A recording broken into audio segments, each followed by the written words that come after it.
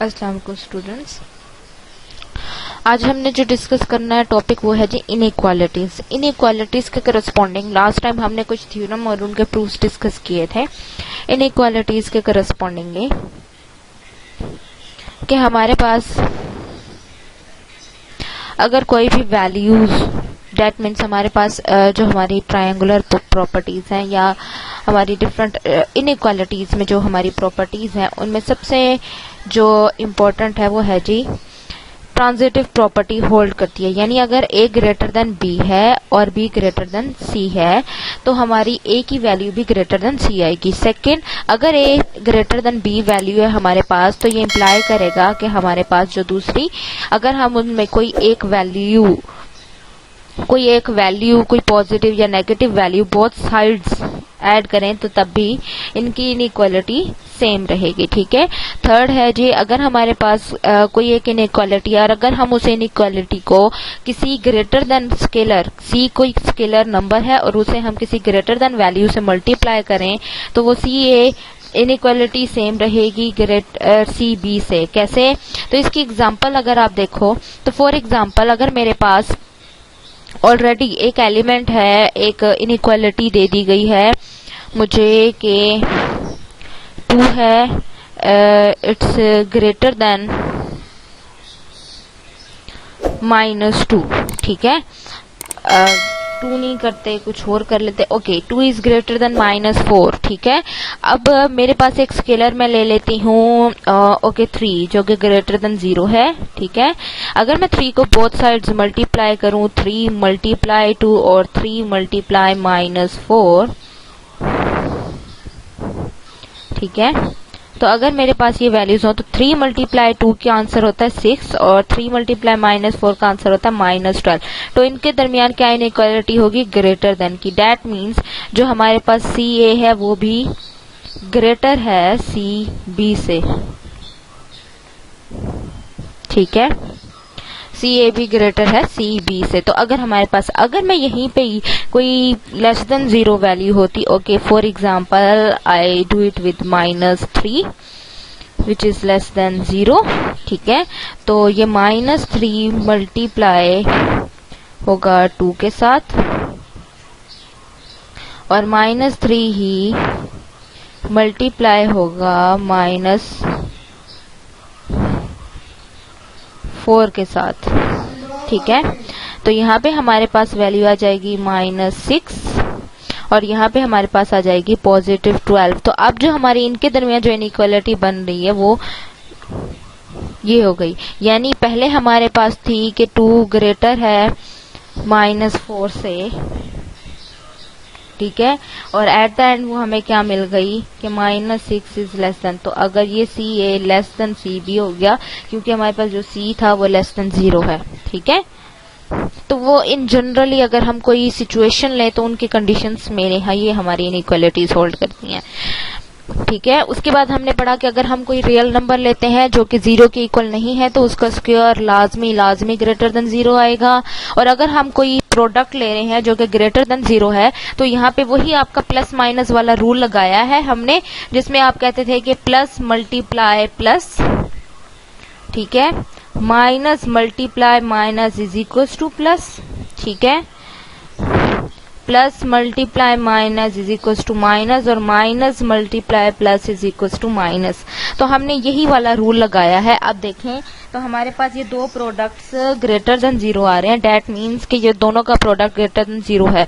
तो उसमें दो सिचुएशंस हो सकती हैं। इनमें अगर आप देखो तो या तो दोनों वैल्यूज ही प्लस हैं या दोनों वैल्यूज ही नेगेटिव है। और अगर हमारे पास प्रोडक्ट कोई लेस देन 0 आता है यानी नेगेटिव आता है तो उसमें हमारे पास दो कंडीशन है कि पहला पॉजिटिव है और दूसरा नेगेटिव है या पहला नेगेटिव है और दूसरा पॉजिटिव है। ठीक है।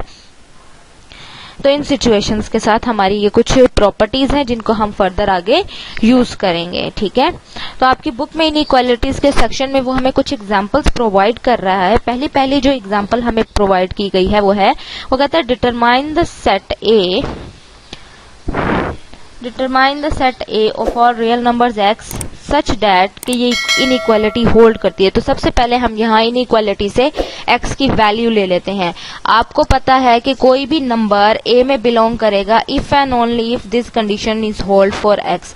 तो इसी कंडीशन को मैं लिख सकती हूँ कि ये -3 उधर जा सकता है, क्योंकि आपको पता है कि अगर कोई a वैल्यू ग्रेटर है या फिर आप less than equals to B भी कर लें, तो ये a plus C is less than equals to B plus C के है। अब c की जगह कोई भी नेगेटिव पॉजिटिव वैल्यू हो सकती है, तो हमने यहाँ पे बोथ साइड्स 3 को माइनस किया है। बोथ साइड्स 3 को माइनस करने पे ये इनइक्वालिटी बन गई। अब यहाँ से 2 को डिवाइड किया है और ये हमारे पास x की वैल्यूज बन गई कि हमारी a सेट में कौन सी वैल्यूज आएंगी, वो तमाम वैल्यूज आएंगी जो 3/2 और 3/2 से कम है।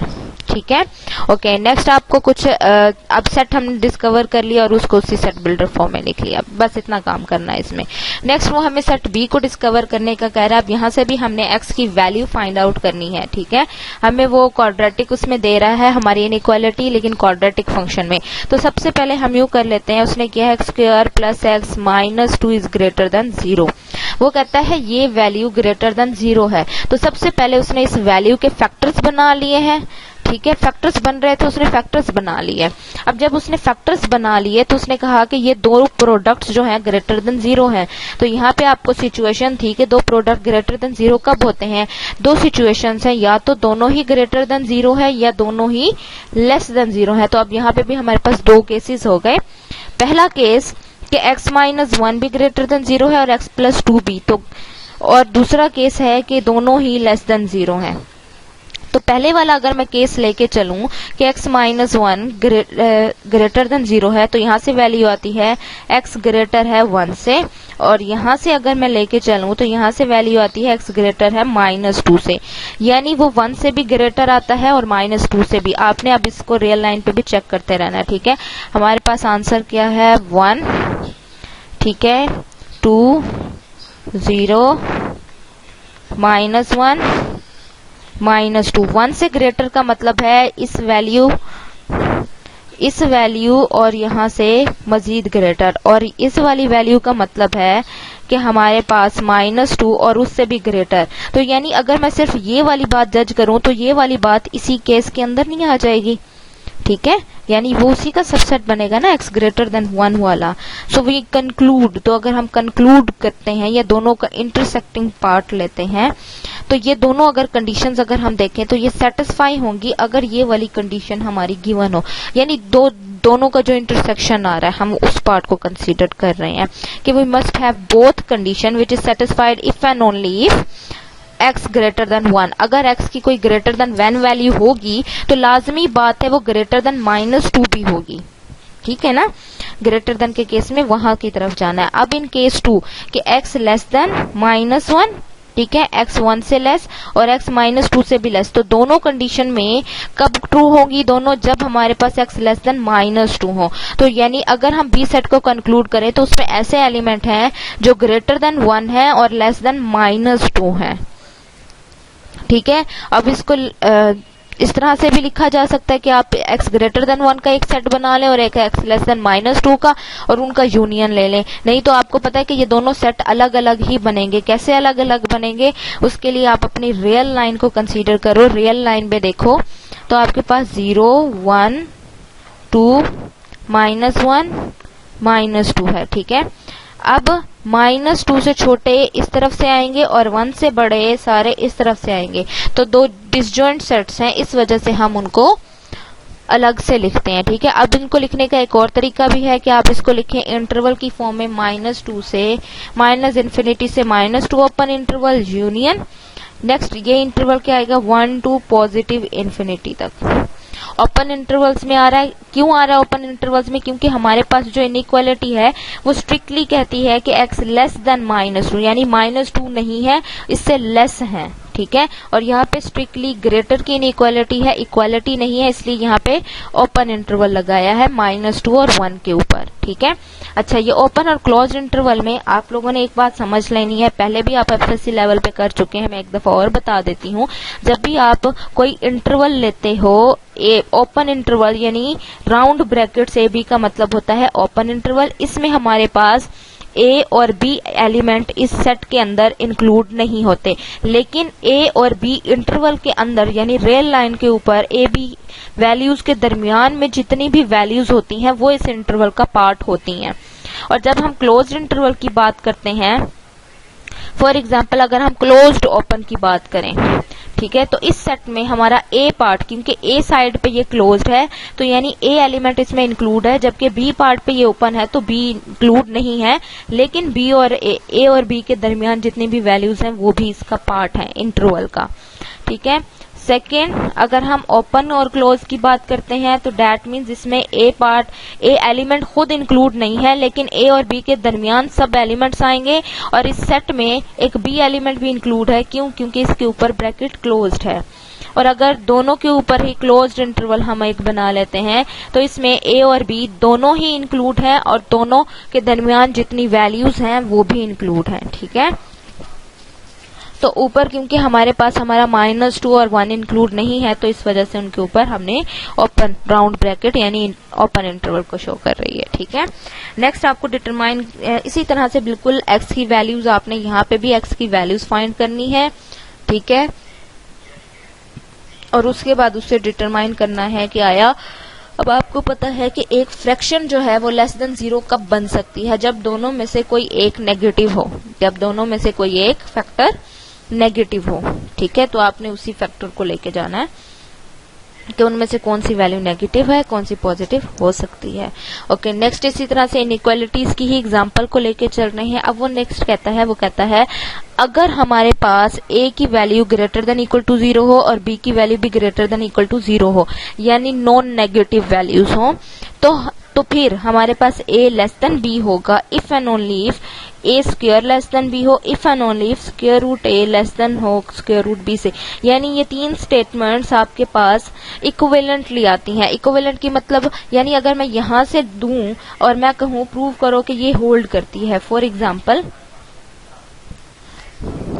मैं आपको कहती हूं कि आपके पास कंडीशन गिवन है कि a ग्रेटर देन 0 है और b और a दोनों की इनइक्वालिटी, दोनों जो है नॉन नेगेटिव नंबर्स हैं, तो आप प्रूव करो, गिवन है आपको कि a जो है वो लेस देन b है, और इम्प्लाई करो कि square root a less than square root b होगा।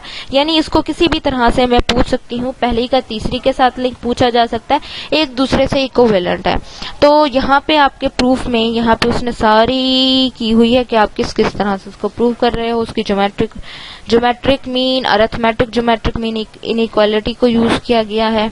आपको पता है कि आपका जो अरिथमेटिक मीन होता है वो लेस होता है ज्योमेट्रिक मीन से। ठीक है। Geometric mean is less then your arithmetic mean. उसके बाद यहाँ तक वो सारा काम किया गया है, ये रिमार्क भी उसी तक के लिए किया गया, उसी एग्जाम्पल के लिए। ठीक है। वो एग्जाम्पल एज एन एक्सरसाइज है आप लोगों के लिए। ओके। नेक्स्ट हमारे पास जो है मोस्ट इम्पोर्टेंटली जिसे हम प्रूव करेंगे, इट्स अ बर्नौलीज इनइक्वालिटी। ठीक है। बर्नौलीज इनइक्वालिटी क्या कहती है हमारे पास, हमें सबसे पहले हम ये देखते हैं। ओके। बर्नौलीज इनइक्वालिटी में हमारी जो स्टेटमेंट है वो कहता है अगर x कोई वैल्यू ग्रेटर देन -1 हो तो उसके ऊपर ये इनइक्वालिटी होल्ड करती है for all n belongings to natural numbers. ठीक है।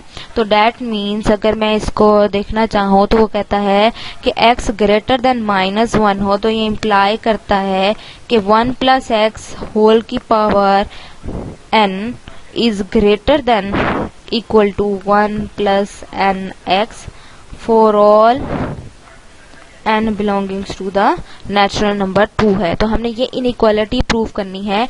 तो इसको हम किसके लिए प्रूव कर रहे हैं, सबसे पहले हम इसे मैथमेटिकल इंडक्शन के कंसेप्ट से प्रूव करते हैं। तो सबसे पहले हमारे पास हम कौन सी n की कंडीशन ले सकते हैं, नेचुरल नंबर्स में सबसे पहली वैल्यू कौन सी होती है, n is equal to 1 base step होता है। हम इसका बेस स्टेप करते हैं। ठीक है। बेस स्टेप में यानी 1 अगर मैं लेफ्ट हैंड साइड लूं, इसकी अब दोनों साइड्स जो हैं अलग अलग सॉल्व होंगी।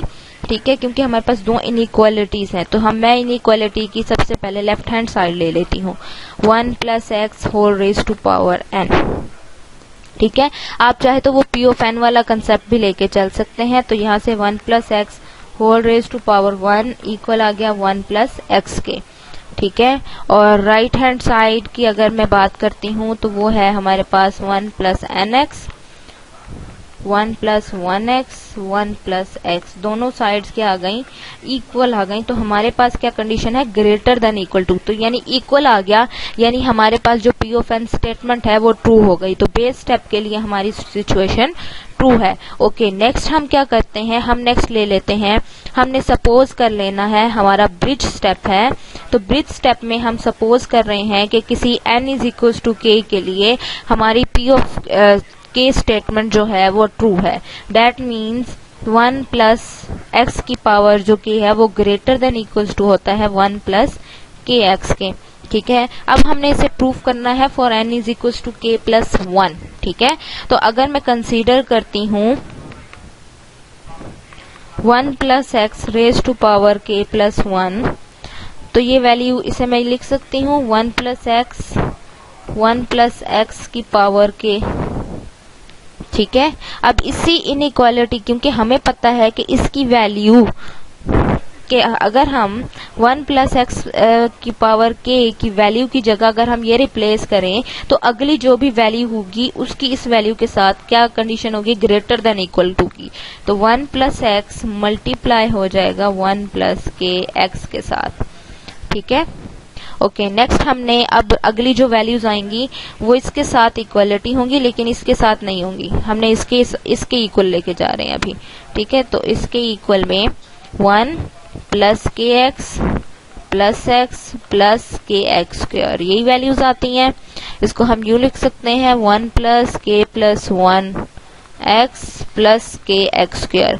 अब आप मुझे बताएं कोई वैल्यू हो, ठीक है, अगर मैं x प्लस 1 लेती हूँ तो ये value x square plus x है, दो वैल्यूज हैं, ठीक है। अब इसमें अब ये वैल्यू ग्रेटर होगी हमेशा वैल्यू x से, ग्रेटर होगी, कोई भी वैल्यूज ले लूं उन सब के लिए ये बात हमेशा ट्रू ही रहेगी। तो यहाँ पे भी हम यही कंडीशन लेके चल रहे हैं कि हमारे पास ये जो 1 प्लस के प्लस एक्स में इस वाली टर्म में हमारे पास ये जो टर्म ऐड हो रही है, इस टर्म को अगर मैं हटा दूं तो जो नई टर्म बनेगी 1 प्लस के प्लस 1 एक्स, ठीक है। इस टर्म और इस टर्म के दरमियान कंपैरिजन करूं तो ये वाली टर्म स्ट्रिक्टली ग्रेटर होगी इस वाली टर्म के साथ, ठीक है। तो अगर मैं इन सब सिचुएशंस को एट द एंड लेके चलूं इस कंडीशन से ग्रेटर देन इक्वालिटी की, फिर ग्रेटर देन की, तो यहां से इंप्लाई हो जाएगा कि 1 plus x whole raise to power की जो वैल्यू है वो ग्रेटर है 1 plus k plus 1 into x के। और अगर मैं एक्स के प्लस 1 की जगह n रिप्लेस करूं तो मेरी वही स्टेटमेंट बनती है जो मेरी पी ऑफ एन स्टेटमेंट थी। तो दैट मीन्स हमारा थ्योरम प्रूफ हो गया, ठीक है। तो हमने बर्नौलीज इनइक्वालिटी प्रूफ कर ली, ठीक है। अब ये देखें, ये यहाँ पे भी उसने वही लिया हुआ है, ठीक है। अच्छा, उसके बाद एक्सरसाइज है सेक्शन 2.1 की। अब इसमें से कुछ छोटी छोटी सी चीजें दी गई हैं जो आपको प्रूव करनी है। उसमें से जो आपने करना है उसमें आपने करना है क्वेश्चन नंबर 3, ठीक है। क्वेश्चन नंबर 3 अटेम्प्ट करना है आप लोगों ने। Question number 4,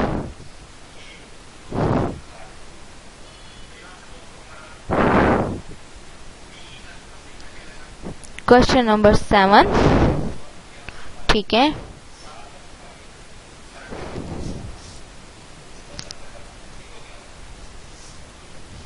question number 16,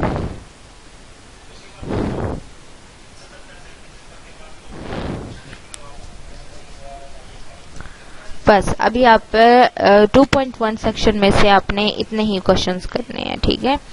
okay, next जो हमारा सेक्शन आ रहा है, नेक्स्ट सेक्शन, ठीक है। पहला सेक्शन था कि real numbers algebraic properties and order properties, ठीक है। हमने अलजेब्राइक में अलजेब्राइक प्रॉपर्टीज पढ़ ली, ऑर्डर में हमने बाकी प्रॉपर्टीज पढ़ ली। ऑर्डर जब हमने डिफाइन कर लिया, फिर हमने कहा कि कोई वैल्यू अगर ग्रेटर है, लेस है, तो इनइक्वालिटीज होल्ड करती हैं। फिर हमने इनइक्वालिटीज के सॉल्यूशंस के हवाले से बात की। फिर हमने एक बर्नौली इनइक्वालिटी का स्टेटमेंट प्रूफ पढ़ा कि वो स्टेटमेंट क्या है और उसका प्रूफ किस तरह से हो सकता है। अब नेक्स्ट टॉपिक है हमारा absolute values and the real line, ठीक है, कि एब्सोल्यूट वैल्यू और रियल लाइन का आपस में क्या ताल्लुक है। तो एब्सोल्यूट वैल्यू किसी भी रियल नंबर के लिए जो डिफाइन होती है, एब्सोल्यूट वैल्यू आपने अक्सर पढ़ा होगा, जब भी आप मोड लेते हो तो आप उसमें क्या करते हो, आपकी जो भी नेगेटिव वैल्यू होती है वो पॉजिटिव हो जाती है। ठीक है, लेकिन यहाँ पे वो मोड होता है, मोड और एब्सोल्यूट वैल्यू में फर्क है। दोनों के डिनोशन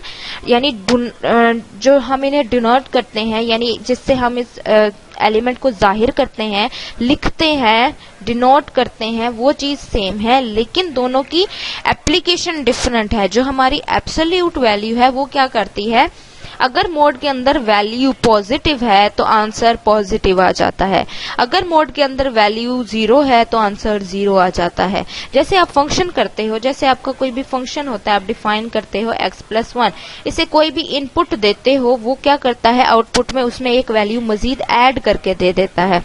तो एब्सोल्यूट वैल्यू का फंक्शन एक ऐसा फंक्शन है जिसमें अगर उसकी इनपुट की वैल्यू पॉजिटिव है तो आंसर वही पॉजिटिव वैल्यू, इनपुट वैल्यू 0 है तो आंसर 0 वैल्यू, और इनपुट वैल्यू अगर नेगेटिव है तो वो माइनस के साथ मल्टीप्लाई होके आती है। ठीक है, दैट मीन्स इसकी फंक्शनिंग मैं आपको बताती हूँ।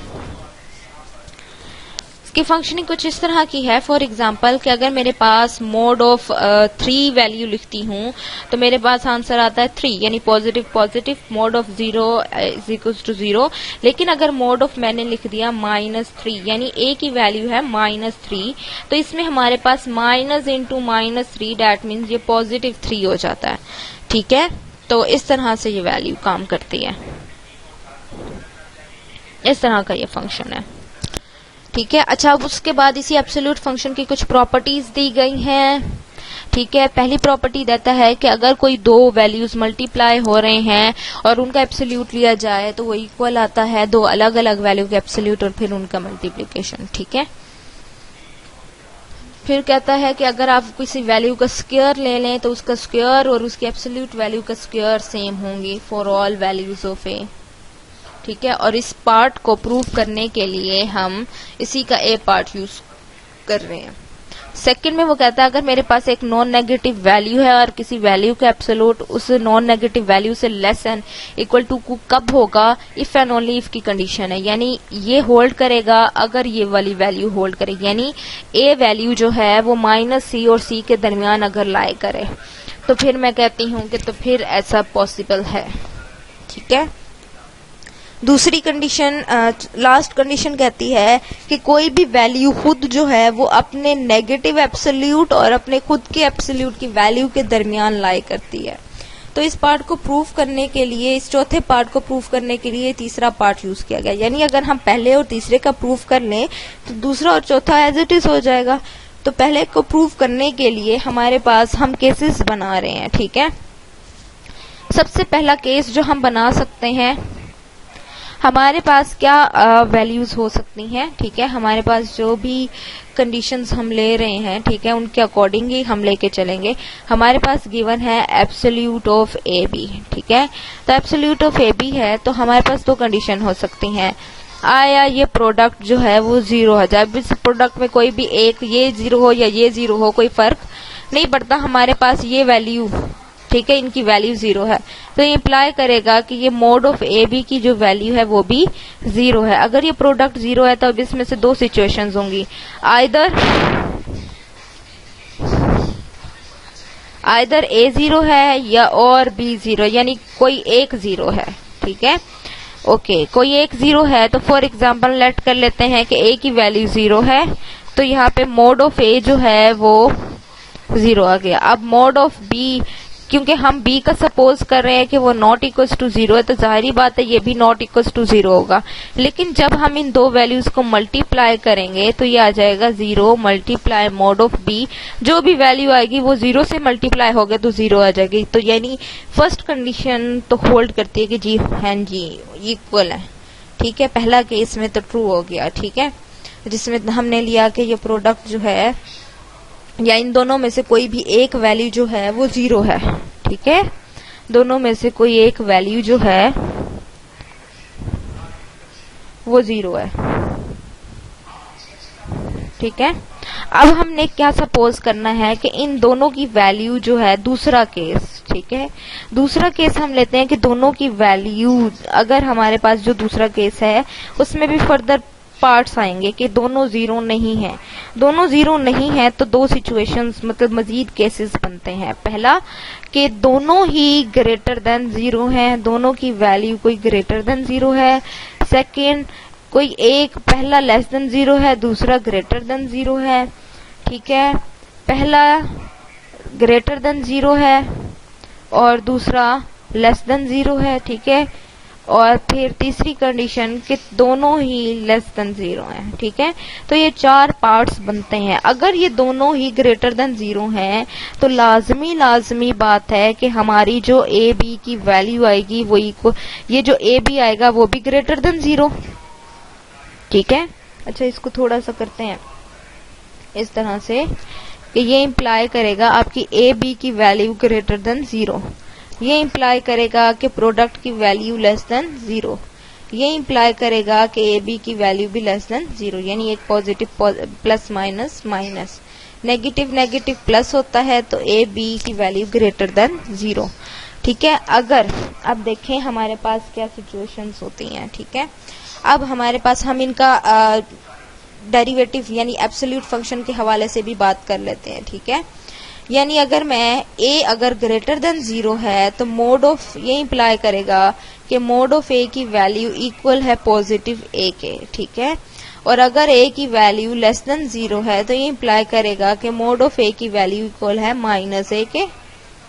ठीक है, तो इसी तरह से b के लिए भी ये सिचुएशन होल्ड करती है और a b के लिए भी। ठीक है, तो अब हम इन्हीं केसेस के हवाले से मजीद अपने आंसर्स को देखेंगे। ठीक है, पहला केस हमारे पास जो पहला पार्ट था वो ये था कि हमारे पास अगर a की वैल्यू ग्रेटर देन जीरो है और b ग्रेटर देन जीरो है, और ये इंप्लाई करता है कि हमारे पास a b की वैल्यू भी ग्रेटर देन जीरो है। ठीक है, तो सबसे पहले अगर आप ले लें मोड ऑफ a और मोड ऑफ a की मल्टीप्लिकेशन, तो ये क्या आएगी, इक्वल आएगी, क्योंकि ग्रेटर देन जीरो है तो a और उसकी b, तो ये क्या आ गया ए बी।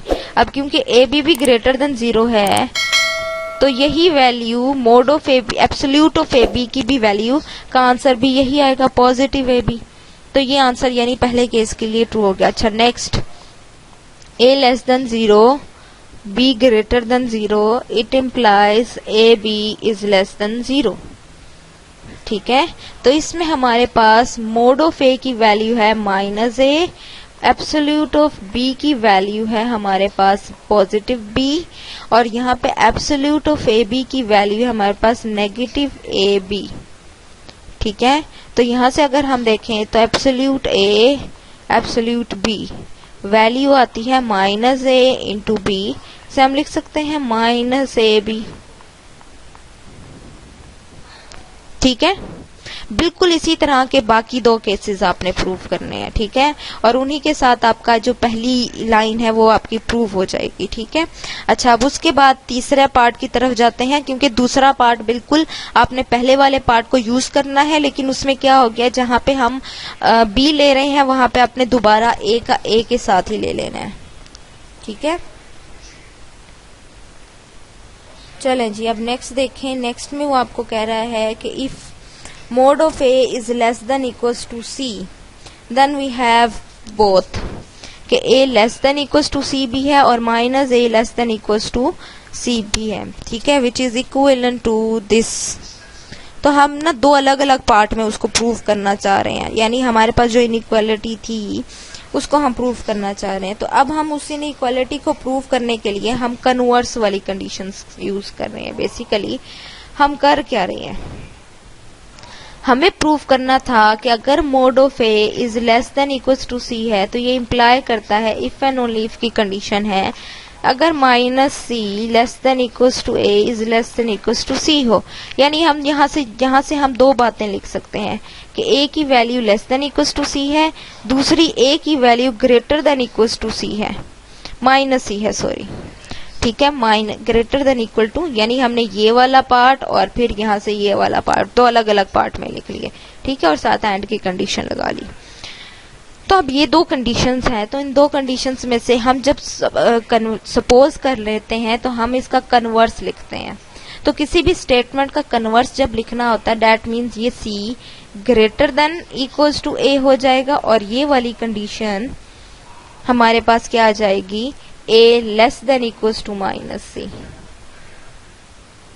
ठीक है, तो जब ये कंडीशंस हैं तो हम इसको A less than equals to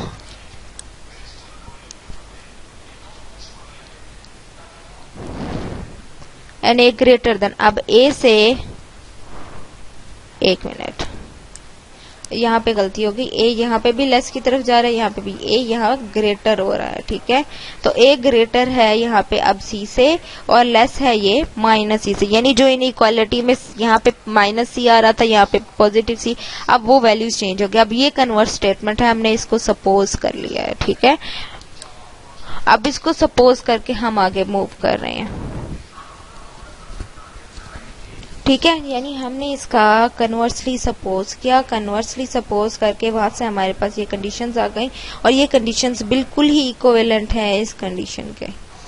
ठीक है, और फोर्थ पार्ट में हमने सी को, यानी हमने जो हमारा सी आ रहा था उसको मोड ऑफ ए सपोज कर लिया तो हमारे पास प्रूव हो जाता है।